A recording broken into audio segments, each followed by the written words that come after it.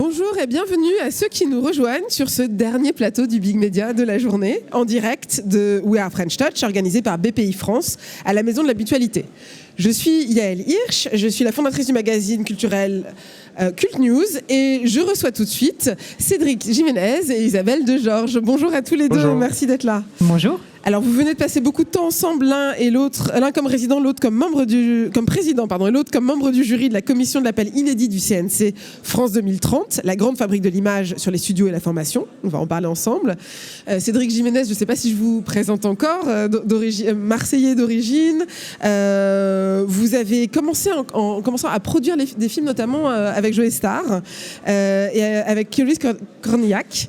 Et puis vous êtes passé et puis comme réalisateur, on vous connaît évidemment avec le succès fulgurant de la French, de H, je sais pas bien prononcé, Wagner, mais pour le livre non plus on savait pas, et Novembre. Et vous, Isabelle Degeorges, présidente de Gaumont Télévision France depuis 2013, après avoir été productrice chez Image et compagnie. Vous êtes notamment la femme derrière le succès international de Arsène Lupin, de Voleuse, de Mélanie Laurent, pour ceux qui l'ont vu dernièrement, et bientôt Pamela Rose qui nous arrive cette semaine, n'est-ce pas? Immédiatement tout de suite. J'ai peut-être une première question pour vous, si vous l'acceptez. Comment vous êtes devenue productrice? Comment est-ce qu'on se met à produire des... J'ai eu la chance, très jeune, de savoir que je voulais faire ce métier. Je pense que c'est une grande chance. Quand j'ai découvert ce métier, j'étais à la fac et j'ai compris que le producteur était au cœur de la création, que c'est le producteur qui était à l'initiative, dans la manière, en tout cas, dont on envisage notre métier, à l'initiative bien souvent des projets, en tout cas au départ de l'écriture d'un projet, soit avec un auteur, soit avec un réalisateur, et que le producteur était là pour à la fois fédérer tes talents et faire en sorte qu'une série soit bien financée et accompagner jusqu'au bout. Dès que j'ai découvert ce métier-là, je me suis dit, c'est absolument ce que je veux faire. Donc, qu'est-ce que j'ai fait? J'ai fait des stages dans des sociétés de production. J'ai d'abord fait des études d'histoire à la Sorbonne, puis ensuite un master à la Sorbonne spécialisé en audiovisuel, ce qui m'a permis d'obtenir des premiers stages. Et ma carrière m'a tout de suite envoyé vers l'audiovisuel, puisque mon premier stage était dans une société qui était très connue à l'époque, qui s'appelait TelFrance, qui aujourd'hui s'appelle Newen. Et voilà. Et d'expérience professionnelle en expérience professionnelle, je suis assez rapidement devenue productrice. C'était aussi une autre époque, c'était il y a plus de 20 ans. C'était en 2000. Donc voilà. Après, il n'y a pas de règles. Les gens viennent à la production en général par passion, mais par des biais très très différents. Certains ont fait des écoles de commerce, certains sont réalisateurs et deviennent producteurs, certains sont auteurs et deviennent producteurs. Il n'y a pas de règles. Et c'est un métier qui est complètement ouvert de ce point de vue-là et qui permet aussi à des gens de plein d'horizons différents de s'exprimer et de raconter des histoires. C'est vraiment là-dessus que je veux rester. Notre métier, c'est de raconter des histoires. Et c'est ça qui nous plaît. Merci beaucoup. Et vous, Cédric Jiménez, donc vous avez eu cette expérience de produire, mais évidemment, vous réalisez. Comment vous travaillez aujourd'hui avec vos producteurs? Comment ça se passe? Alors c'est vrai qu'ayant été moi-même producteur, alors un petit producteur, mais quand même, j'ai fait l'expérience de la production, je connais aussi les difficultés des producteurs.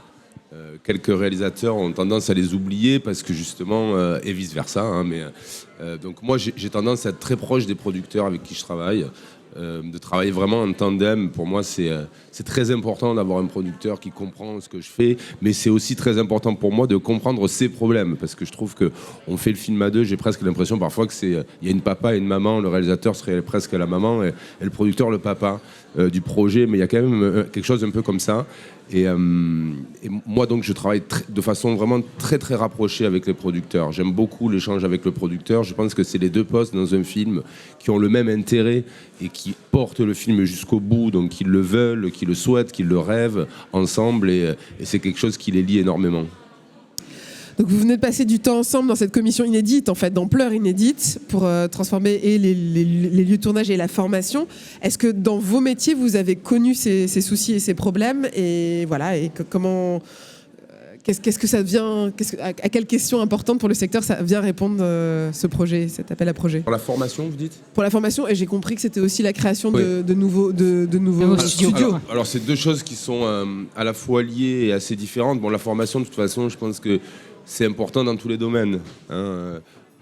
Alors au cinéma aussi, puisque au plus il y a de travail, au plus on a besoin de gens qualifiés. Et parfois, on se rend compte dans certaines villes, alors Paris, on est très chanceux, Marseille aussi, parce qu'il y a beaucoup de tournages, mais il y a des villes qui en accueillent très peu. Et qui ont donc sur place quelques carences de personnel. Et donc, pouvoir former des gens dans toute la France, c'est hyper important en ce sens-là. Et les studios, c'est la même chose. Au plus on a d'outils, au plus on est compétent, au plus on peut accueillir des tournages, qu'ils soient français, mais étrangers aussi. Et je pense que c'est important pour le cinéma français qu'on puisse accueillir. On produit beaucoup, énormément. Je crois qu'on fait pas loin de 200 films par an. Ou même plus peut-être, j'en sais rien. Mais, et pourtant, on n'est pas aussi fort en accueil de tournage. Et je pense que c'est important de pouvoir accueillir les Anglais, les Américains, les gros pays de cinéma qui sont avec la France, les accueillir en France, parce que ça va aussi forcément donner du travail. Donc ça va engager la formation, ça va la stimuler. Donc l'un va avec l'autre. Quand on a commencé notre commission, Dominique Boutonnat nous a dit, enfin j'ai retenu une phrase que Dominique Boutonnat, président du CNC, nous a dite, que j'ai trouvé vraiment très forte, c'est que nos métiers permettent à des métiers extrêmement différents de s'exprimer.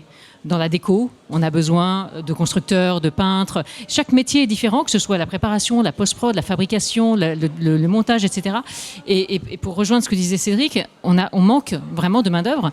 Donc l'idée aussi de France 2030, c'était d'ouvrir davantage, soit d'aider des écoles existantes à s'agrandir et à ouvrir leur filière à des métiers en tension, et aussi à des organismes qui veulent se créer.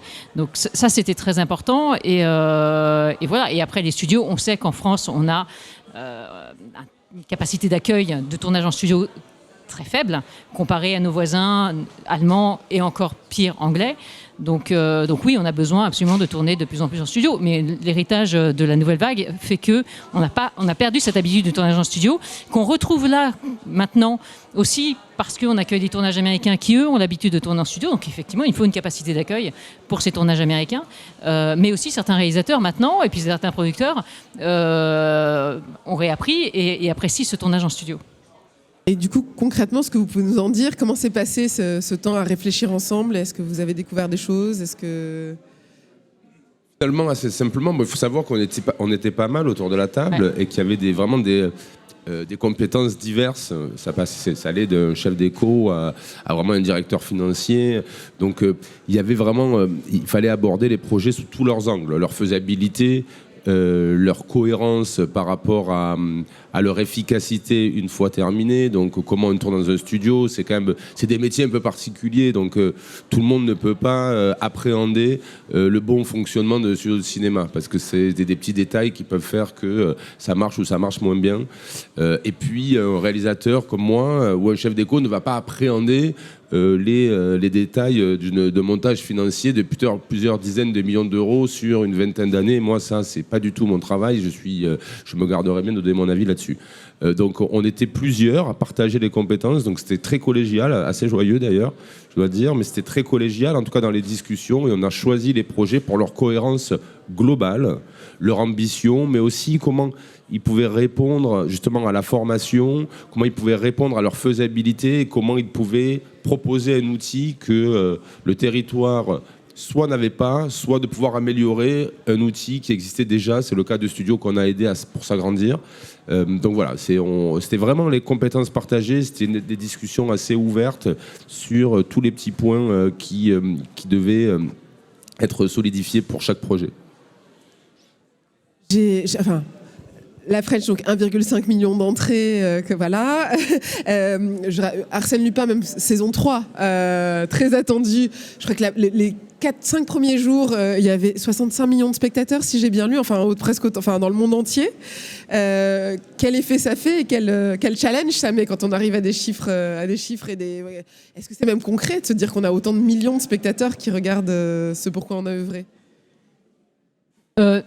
Non, je ne sais pas si c'est concret. En tout cas, le plaisir, c'est de savoir qu'on s'adresse à un grand nombre de personnes et qu'on a réussi à réunir autour d'une série, autour d'un film, Voilà, les familles. En tout cas, en ce qui concerne Lupin, ce qui est fascinant avec cette série, c'est que c'est une série vraiment, alors je vais utiliser un anglicisme, un co-viewing, que les parents ont pu regarder avec leurs enfants. C'est une série dans laquelle il n'y a pas de sexe, il n'y a pas de violence, il n'y a pas de...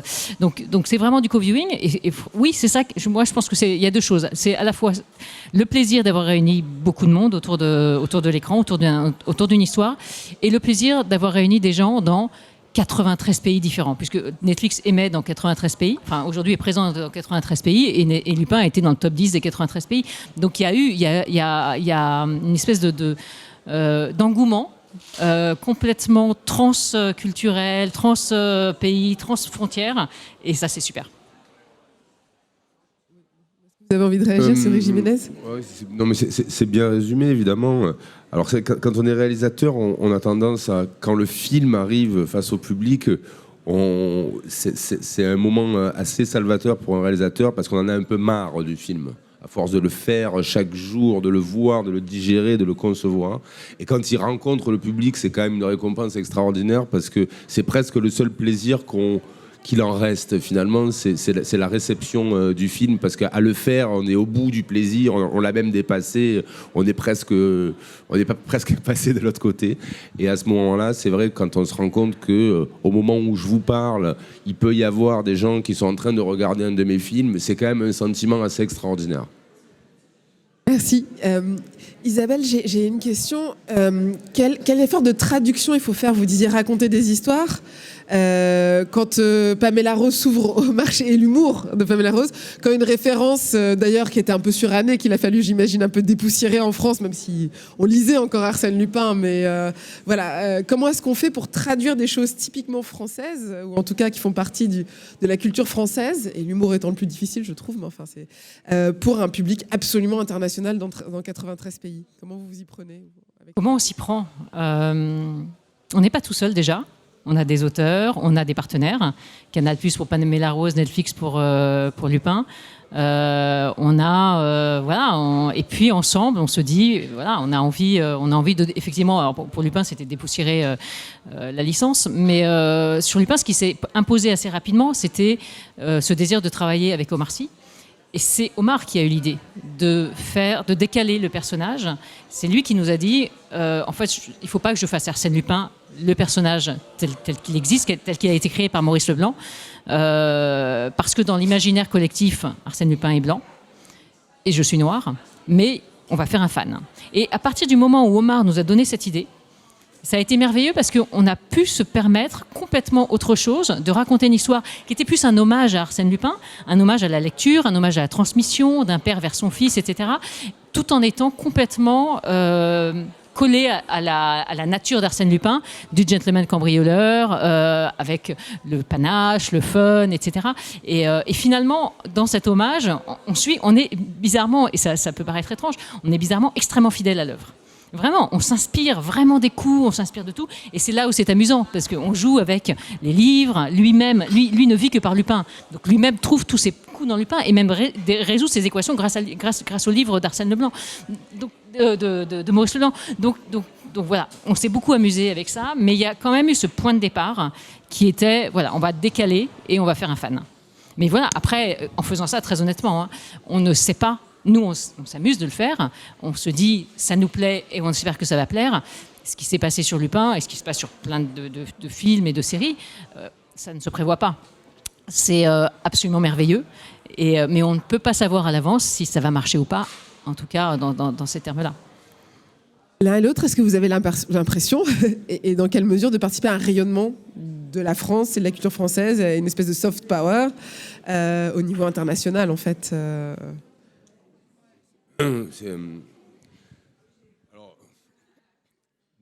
personnellement, c'est une question un peu difficile. Ce qui est sûr, c'est que c'est agréable de voir les films voyager, les séries voyager, voir les films marcher, les séries marcher. Donc forcément, quand on est le porteur d'un de ces projets, il y a une satisfaction et il y a un plaisir à participer à ce que le cinéma aille bien, la série aille bien. Donc ça, évidemment, on en a conscience. Après, il faut savoir qu'aussi, moi, enfin, je parle pour moi, à chaque nouveau projet, j'ai peur. À chaque nouveau projet, c'est comme si je faisais tapis à chaque fois, donc je remets tout en jeu. Donc j'ai pas ce sentiment de pérenniser, si vous voulez, une forme en tout cas, de rôle à jouer là-dedans. Même si à chaque film réussit ou chaque film qui est bien reçu participe à l'ensemble. Mais moi, personnellement, je suis dans le travail et je suis dans les films, donc je me rends pas vraiment compte de ça. En tout cas, je le perçois plus quand on me le dit que ce que je le perçois moi-même véritablement. Je dirais que le rayonnement de la France à travers les séries, il est assez récent. Alors, il y a toujours eu des séries qui ont marché dans le monde entier grâce aux ventes internationales, etc. Mais ça restait des cas, il y a le cas du Bureau des légendes, voilà. Mais tout ça a été vraiment galvanisé, poussé, je trouve plus le mot, poussé par l'arrivée des plateformes. Lupin, je pense, d'une certaine façon, oui, a fait connaître le travail des Français autour de la série dans le monde entier. Là, j'arrive de Taïwan où tout le monde parle de Lupin. Quand on va en Corée, c'est merveilleux de savoir qu'il suffit de dire Lupin partout dans le monde, les gens connaissent. Et j'avoue que quand on y prend goût, on a envie en fait de continuer parce que c'est très agréable de faire rayonner l'image de la France. Et on a envie. Oui, moi, en tout cas, je ne sais pas si j'ai le sentiment de participer au rayonnement de la France, mais j'ai la volonté de le faire.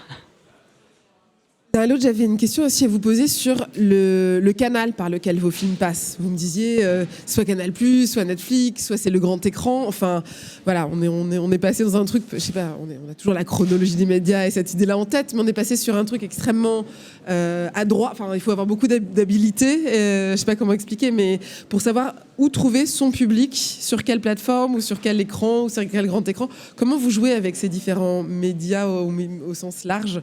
Et comment ça vous semble adapté en fait? Et comment ils s'enchaînent parfois, ils se complètent? Alors c'est une question pour le coup assez simple pour moi, enfin assez simple. Quand on est producteur d'audiovisuel, même avant l'arrivée des plateformes, on a des partenaires. Historiquement, c'était TF1, France Télévisions, Canal, Arte, M6. Et on connaît leur public, on connaît leurs besoins éditoriaux. On sait, en tout cas on suppose que tel projet va convenir à ce qu'ils cherchent et va convenir à leur public. L'arrivée des plateformes, c'est exactement la même chose. Amazon n'a pas le même public que Netflix, qui n'a pas le même public qu'Apple, et on connaît ces attentes-là, aussi parce qu'on parle beaucoup avec nos partenaires. Donc, effectivement, quand on développe un projet, on sait déjà à peu près, même si plusieurs guichets sont parfois possibles, à qui on va le proposer. Et c'est vrai qu'on ne développe pas la même série pour Canal que pour Arte, pour TF1 ou pour Netflix, c'est sûr. Donc voilà, mais après, c'est juste une habitude de travail. Et pour vous, du coup, j'imagine que beaucoup de choses passent dans votre... Est-ce que vous êtes dans l'horizon d'attente du public? C'est très différent parce que ce que dit Isabelle est évidemment une logique et le quotidien d'un producteur que de devoir proposer à ses partenaires, parce qu'il va avoir aussi plusieurs réalisateurs, plusieurs auteurs différents, donc il a toute une team. Moi, je suis seul, donc moi, c'est presque mon identité, ma personnalité qui va primer sur...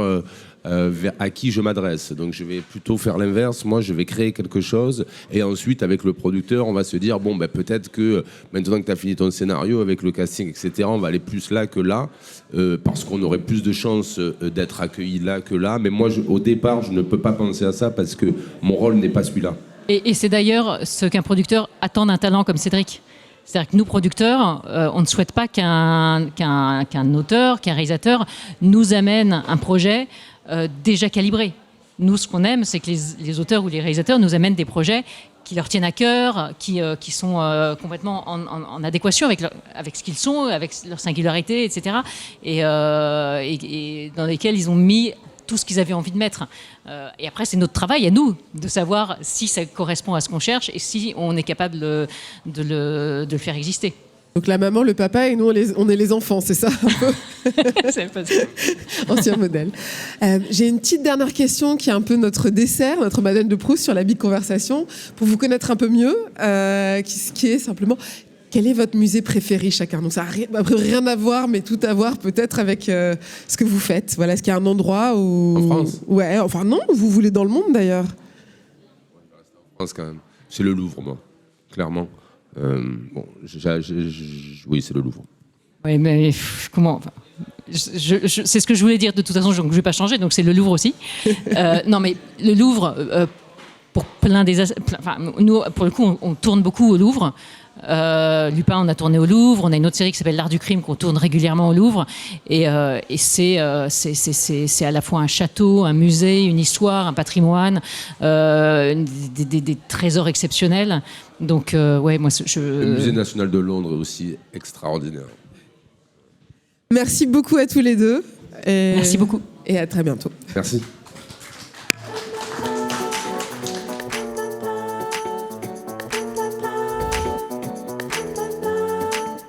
French Touch.